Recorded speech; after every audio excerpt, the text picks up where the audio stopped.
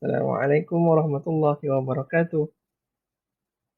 Hai, berjumpa lagi bersama saya Hanif. Kali ini dalam Adab dan Akhlak tahun 4. Ya, kita akan belajar berkenaan dengan adab bertanya dalam pelajaran 2 bagi tajuk Adab dan Akhlak. Okay. Adab dalam bertanya. Az-Zuhri menjelaskan pentingnya adab dan lemah lembut dalam menuntut ilmu. Okay. Dahulu Ubaidah yakni bin Abdullah bin Utbah, seorang tabi'in, berlemah lembut ketika bertanya kepada Ibnu Abbas. Maka beliau memuliakannya dengan memberinya ilmu yang banyak. So, bermaksud di sini, kalau kita bertanya dengan adab, maka insya-Allah orang yang akan menjawab soalan kita itu akan meraihkan soalan kita dengan sebaik mungkin. Baiklah, kita teruskan. Antara adab yang kita perlu tahu adalah kita hendaklah bertanya dengan muka yang manis. Muka yang manis bermaksud kita perlu dalam keadaan ceria. Okay. Tersenyum supaya apabila orang melihat kita bertanya, orang akan selesa dan lebih senang untuk menjawab.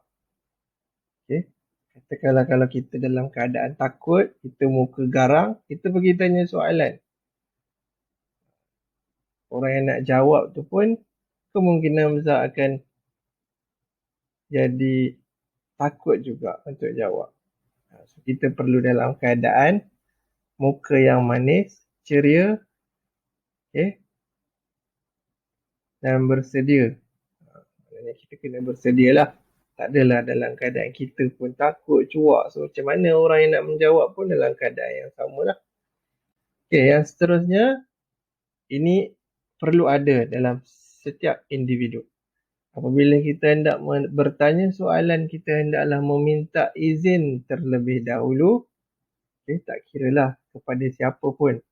Tapi apabila melibatkan dalam keadaan sekarang ni, pelajar dengan guru, seorang pelajar perlu meminta izin untuk menjawab soalan di dalam kelas.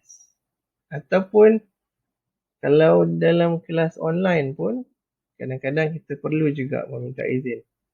Sebab kalau kita bertanya ataupun kita berbual tanpa adab, okay, kita akan mengganggu sama ada pengajaran ataupun mengganggu rakan-rakan yang sedang belajar. So, kita perlu beradab. Okay. So, apabila kita nak bertanya soalan, kita perlu minta izin. Okay, macam mana cara kita minta izin? Kita angkat tangan. Okay, kita angkat tangan. Dan seeloknya, apabila kita hendak bertanya, kita hendaklah memulakan dengan Bismillahirrahmanirrahim dan termasuklah dengan memberi salam. Kita beri salam. Sekiranya kali pertama lah. Okay, kali pertama. Contohnya, kita nak bertanya soalan tu pada orang yang mungkin penceramah. Kalau guru dalam kelas tu, mungkin kita tak perlulah bagi salam sebab kita dah biasanya akan bagi salam di awal sesi kelas. Tapi kalau macam kita dalam kelas kuliah agama ataupun syara'an, kita akan bertanya soalan. So, kita perlu memberi salam. Contohnya, angkat tangan. Assalamualaikum ya Ustaz. Saya ingin bertanya di sini. Teruskan dengan soalannya. Okay.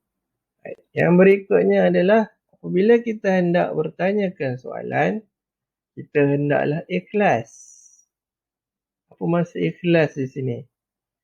Ikhlas ni bermaksud apa yang kita tanya tu adalah dalam keadaan yang betul-betul bersedia, suci. Bukan kita tanya tu berniat tak elok. Kadang-kadang tu saja je tanya sebab nak mengganggu orang lain. Itu tak boleh. Ataupun kadang-kadang kita tanya soalan yang tidak berkaitan. Bila kita nak bertanya ni biar ikhlas. Apa yang kita perlu ada dalam diri kita. Kita cipta keikhlasan yang macam mana. Kita perlu tahu bila kita tanya tu niat dalam diri kita. Aku bertanya ni supaya aku mendapat sesuatu ilmu dan juga dapat membantu orang lain.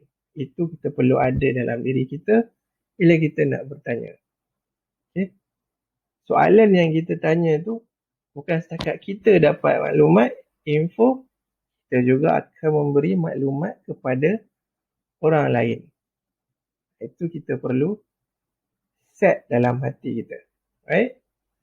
Okey, sebelum saya mengakhiri kelas pada hari ini, kita tengok sedikit penghayatan yang kita perlu amalkan sebagai adab.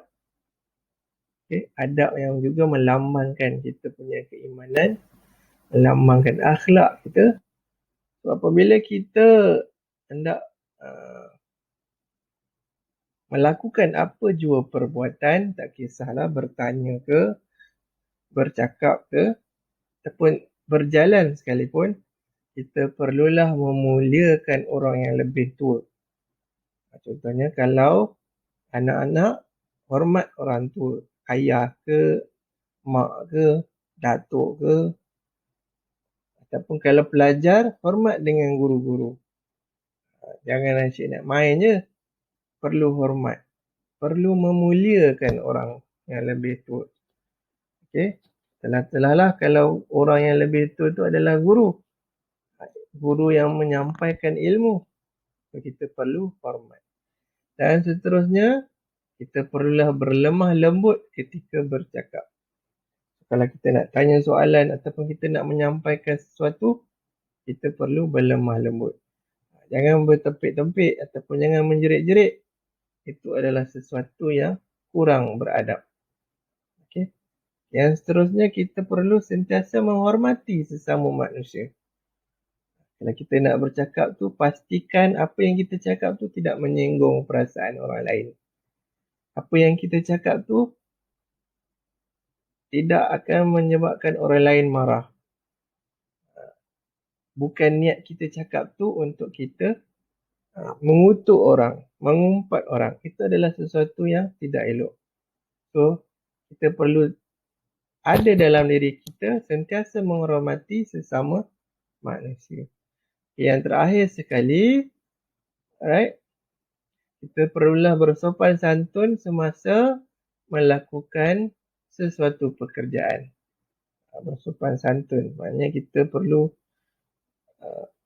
berakhlak mulia. Kita perlu ada adab dalam apa jua perbuatan yang kita buat. Kita jangan lakukan perkara-perkara yang menyebabkan orang pandang kita tidak beradab. Orang pandang kita tidak berakhlak. So, kita perlu bersopan santun. Okay, setakat itu dahulu untuk hari ini. Kita akan tengok lagi di masa akan datang faedah ataupun hikmah melakukan ataupun hikmah beradab ketika bertanya. Sehingga kita berjumpa lagi. Wabillahi taufiq wa hidayah. Assalamualaikum warahmatullahi wabarakatuh. Bye bye.